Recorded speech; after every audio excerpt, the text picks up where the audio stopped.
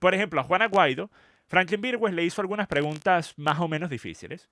El problema con Franklin Virgües es, primero que pasa 5 minutos haciendo la pregunta, Franklin. Entonces cualquier tipo de inmediatez de la respuesta que pueda desnivelar, desbalancear a Juana Guaidó, se remueve porque pasa 5 minutos, le das mucho tiempo a Juan para que pueda pensar en qué es lo que va a decir. Eso es un problema que tiene. Y segundo está el hecho de que Franklin Virgüe hace una pregunta difícil, pero después Juana Guaidó la responde y listo, hasta ahí quedó. No hay más toma y dame, no hay nada.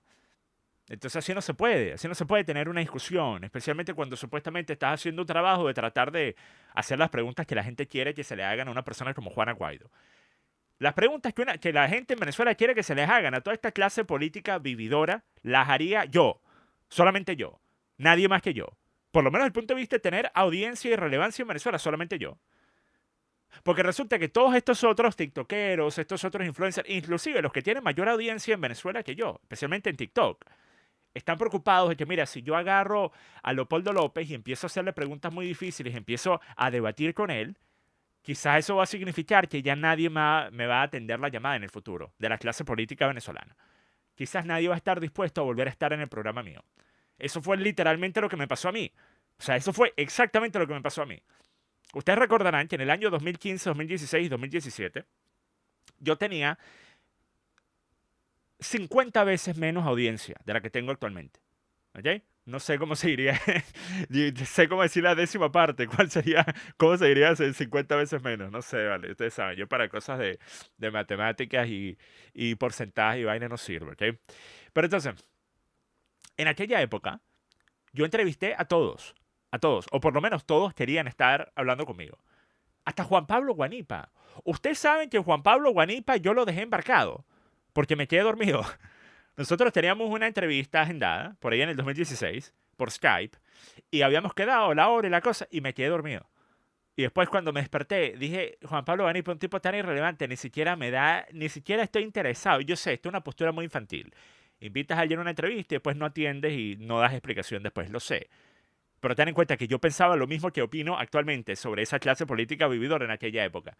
Así que no los veía como una persona que, ay, ese merece respeto, ese merece que lo traten bien. La vaina es que yo en aquella época estaba tratando de, ustedes saben, se atraen más animalitos con miel que con miércoles. Entonces yo estaba tratando de aplicarla de, bueno, mira, tú sabes, yo voy a entrevistarte, quiero conversar contigo para que me digas qué piensas. Estoy seguro que a la audiencia le parecería muy interesante. Y después en la entrevista, por ejemplo, ustedes recordarán que yo trataba de ser lo más ecuánime posible, de ser lo más balanceado posible. En la entrevista que le hice a Lester Toledo en el año 2017, la entrevista que le hice a Delsa Solórzano en el año 2017. Pero entonces yo estaba tratando de ser balanceado. Porque yo sabía que al momento en el que yo fuese a darles con el todo por la cabeza a cualquiera de ellos, inmediatamente enviarían el mensaje al resto de la clase política vividora del chavismo azul en Venezuela, ya no acepten invitaciones a este tipo. No estén en el programa de él. ¿Okay? Los quiere humillar, los quiere destruir. Y eso fue exactamente lo que pasó.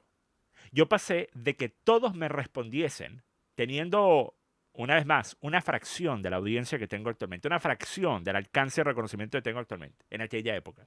Y todos me aceptaban la invitación, todos, ¿ok? Menos María Corina. María Corina sí no, pero ya eso es tema aparte. Pero resulta que pasé de eso y tuve el debate con Delsa Solórzano, que yo estaba tratando en lo posible de arreglar ese debate en la última parte. Ustedes recordarán, si han visto el debate que está en YouTube, en la última parte yo estaba tratando de que, ok, vamos a tratar de dejar esto bien, ok, para que nadie se espante, para que yo pueda seguir entrevistando, seguir subiendo en la jerarquía del chavismo azul. Yo quería llegar a la cima. Quería en particular hablar con María Corina, ¿no? Pero resulta que después de ese debate con Delsa Solórzano, nadie más volvió a aceptarme una invitación para una entrevista o un debate en la clase política venezolana. Nunca. Nadie más. ¿Ok? Ese fue la última vez. Porque Delsa Solórzano hizo un ridículo tan grande que hasta el día de hoy, cada vez que aparece, hay un video, una cosa, siempre se lo recuerdan. La vaina de que no, lo que importa no es el socialismo, es la dictadura. El socialismo no tiene nada de malo, el socialismo no es el responsable de lo que pasó en Venezuela. Eso lo dijo Delsa Solórzano. Ella dijo el socialismo no es el problema. Ella dijo que el socialismo no es sinónimo de hambre, no es sinónimo de sufrimiento. Ella habló, por ejemplo, que en países europeos hay socialismo y les va de mil maravillas. Delsa Solórzano, ¿ok? Que supuestamente es de opositora, del mismo grupo de María Corina en la actualidad, ¿verdad? Bueno, se está tratando de arrimar ese árbol nuevamente. Pero, entonces, nuevamente, busquen ese debate si no lo han visto. Em, este sí, una cosa tan cómica. No me nombras cuando estoy haciendo un video sobre ti que tiene 5 veces la cantidad de audiencia que tiene el video que tú hiciste. Y vas a creer que la gente no va a ver lo que estás haciendo. Vas a creer que la gente no se va a dar cuenta inmediatamente de que la razón por la que no me quieren nombrar es porque en mi contra no tienen nada que decir. Porque esa es la diferencia, debido a que yo nunca he tenido nada que ver con la clase política venezolana. Yo nunca he estado en ninguno de estos grupos. Yo nunca he participado en ninguno de estos grupos. Yo nunca fui amigo de este, yo nunca fui compañero del otro, nunca nada. ¿Ok? Yo siempre he estado totalmente por mi cuenta, totalmente por fuera de cualquier tipo de escenario político o mediático en Venezuela. Entonces, debido a eso, esa gente sabe que no tiene nada que decir en contra mío. ¿Qué van a decir? Que la vieja confiable te tarifaba el chavismo, a ti te pagaba Diosdado. O bueno, del otro lado, a ti te paga María Corina en la actualidad. Pero una vez más, saben que eso son argumentos tan balurdos, tan trillados, que no sostienen ningún peso en la actualidad. Entonces simplemente prefieren, no, bueno, no vamos a nombrarlo, no vamos a nombrarlo. Es increíble, ¿ok? Es increíble. Ustedes, por ejemplo, recordarán, inclusive, que años atrás, la única vez, entiendan esto, para que vean nuevamente cómo son las cosas.